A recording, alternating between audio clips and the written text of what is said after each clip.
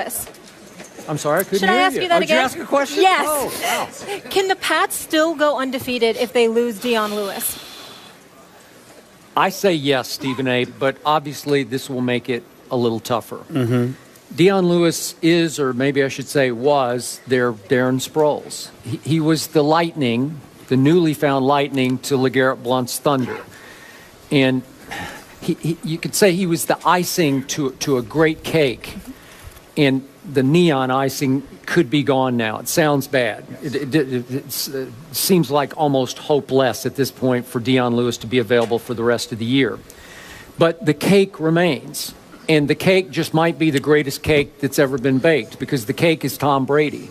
And some good cake. Yeah, some pretty good cake. And the point about Tom Brady is he is on a mission to deflate every opponent he faces.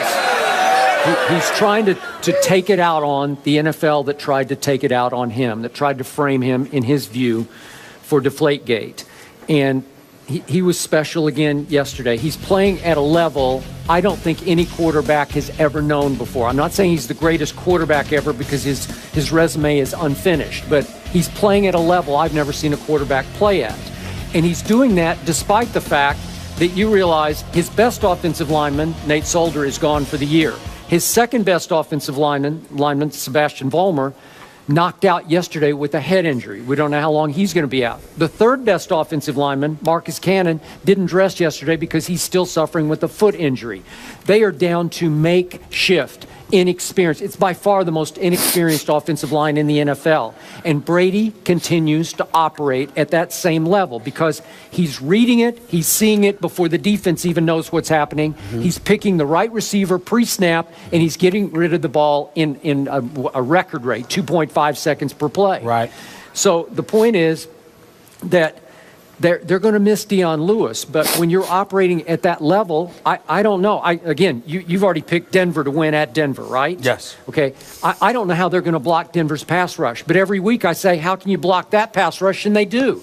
They blocked up the Redskins yesterday. And then let me throw in one last point about Tom Brady yesterday, just to show you just what a mission he's on. He finally threw his first his-fault interception of the whole year. That was his fault. He didn't see that linebacker. And the linebacker's running for a touchdown. It's going to be a pick six. And Tom Brady, I'm not saying this was smart, but I admired it. He goes and busts through the blocker and makes the tackle to stop a pick six. That's the mission that he's on this year. Again, was he risking injury and being knocked out for the year? Probably he was, but I admired it just the way I admired how they dispatched the Redskins with ease yesterday. So is 16-0 or 19-0 still within reach? Absolutely. He didn't look like a dork there. No. And he didn't look like not a tough guy there, right? This subject annoys me. And the reason why it annoys me is because in the NFL, you're supposed to be required to play against an NFL team. And the Patriots didn't do that yesterday. The Redskins dropped 7 passes, 6 different receivers. It was the most drops by a Redskins team in the last 10 years and the most by any team in the last 7. It's called intimidation. Well, again, you could call it whatever you want, but if you're an NFL team, you ain't supposed to be that damn intimidated, okay? I mean, if you're going to be that way, why bother showing up? And the Redskins, they just stink right now. It's just that simple. Just call it what it is. It's a daggone shame they're in the nation's capital, for crying out loud. Here's the deal. When you look at Tom Brady, 9 for 9 on screen passes. Well, what do you want, a cookie? I mean, the man is a great quarterback. We know it. He's a 4-time Super Bowl champion. But to me, you know, we've gotten to the point to see, my problem with you, Skip, is this. I understand what Bart Scott said. I understand what a couple of other people implied. But by and large, everybody recognizes Tom Brady as one of the greatest quarterbacks ever. It is now a discussion as to whether or not he will go down as the greatest quarterback to have ever played the game of football. You don't get that title because you started off 8-0 after a Super Bowl season. That means your body of work over the course of time has proven and validated your level of greatness. But because a couple of dudes came and insulted him, it's like, let's protest in the streets of America because how dare anybody question Tom Brady? Stop it.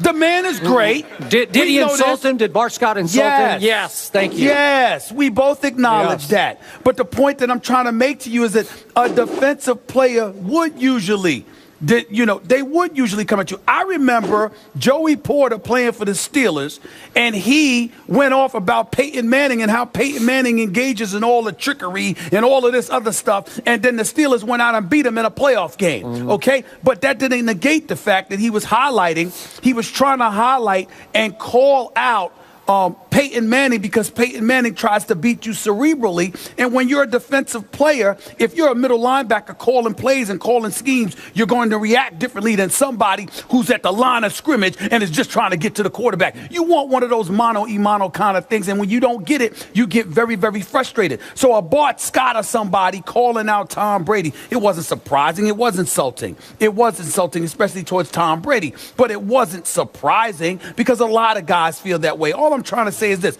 We sitting up here having this discussion after they played the Redskins. We sat up here and had a discussion about Tom Brady after they played the Jacksonville Jaguars. I mean, November 29th when they play against the Denver Broncos. Oh, yes. I want to see it then. Because they will be coming. The question was, can they still go unbeaten without Dion Lewis? Well, you the one that went all over the place with your Brady stuff. Okay. I didn't do that. You did. The question wasn't, is Tom Brady the all-time greatest quarterback? But you went all over the place with Tom Brady. Well, you went all over. You did everything but bringing flowers. Still have Brady. You did everything but bringing flowers. I'm just saying enough of this. Enough of this. Tom Brady. Can they still go unbeaten without Dion Lewis? Skip, why are we asking me that question? I said they weren't going unbeaten even with Dion Lewis was available. Okay. So why would I think they're not now? You still think why? that? What do you mean? Why wouldn't I think that? I mean, it's not like Denver lost somebody. New England, I predicted, would lose to Denver November 29th in the Mile High City. You sticking with it? Hold on. When they had Dion Lewis. So why did you see Denver yesterday? I'm asking. You did not. No. To get back to what you were saying in light of New England losing Dion Lewis, not in light of how Denver looked. You asked me in light of how Denver's your team. I didn't pick Denver to win that game. But that's what I'm saying. We're talking about New England. Are you still standing by your pick? Why not? Of course I am. They lost yesterday. They looked exposed. So what? Andrew Luck took them apart. That's me. I believe that Denver will win on November 29th. Just like I thought the Dallas Cowboys would lose last night. Right. Just like and by the way, you brought up Aaron Rodgers. That was a gutsy pick on your part. You brought up Aaron Rodgers. They had lost 5 in a row. You went way out on the limb. Aaron Rodgers. You are such a football guru. Thank you very much. I appreciate that. Yeah. You brought up Aaron Rodgers. Oh. I didn't pick Aaron Rodgers. You did. I picked Cam Newton. You picked Aaron Rodgers. Because he's good. He should have pulled that thing off. Well, I'm just saying. The point is, 4th and goal, you got to make that throw. But you introducing the subject like it was me that picked Aaron Rodgers. I ain't picked him. Wait a second. Speaking of Aaron Rodgers, I have to throw this out. Please do. A couple of Fridays ago, we had one Pierre Garçon on our show. That's remember right. that? Yeah, I remember. And Pierre Like the French Garçon accent. went on the record on live TV. It's on tape somewhere. Okay.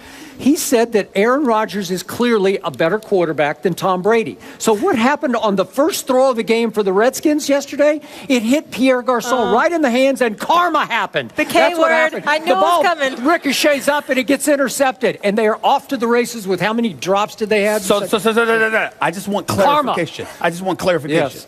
So you're saying Yes. that because Pierre Garçon had the audacity, the unmitigated gall to sit up there and to say that there was somebody better than Tom Brady. Yes. Karma. Because he spoke against Tom Brady. Karma hit him right in the face, man. He spoke against Tom Brady. So, I mean, you can't speak against Tom Brady and have good things come your way, right? That can't happen. It can't happen. Well, Especially on first take. Was Garçon right about that? Would you still say that he was right about that? No, I would think that play had everything to do with Pierre Garçon dropping a pass along with the other 6 receivers than it did with, oh my Lord, he spoke against Mr. Tom Brady. I mean, just arrest the man. Arrest him now. Arrest him. How dare he speak against Tom Brady? Okay. I mean, it just can't happen. Okay, so you basically say the Redskins should be arrested for impersonating a football team yesterday? Yes. But if memory serves, am I right? Yes. Wait, those same Redskins, didn't they beat your Giants? Am I right about it? Or did they beat the Eagles?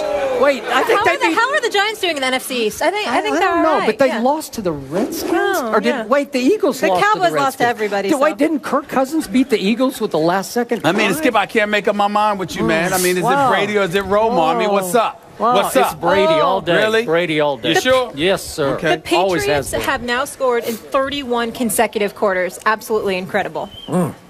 Yeah, it is. All right. Yeah, it is. Up next, from Westover Air Reserve Base in Chicopee, Massachusetts, I'm very excited. We have a new segment.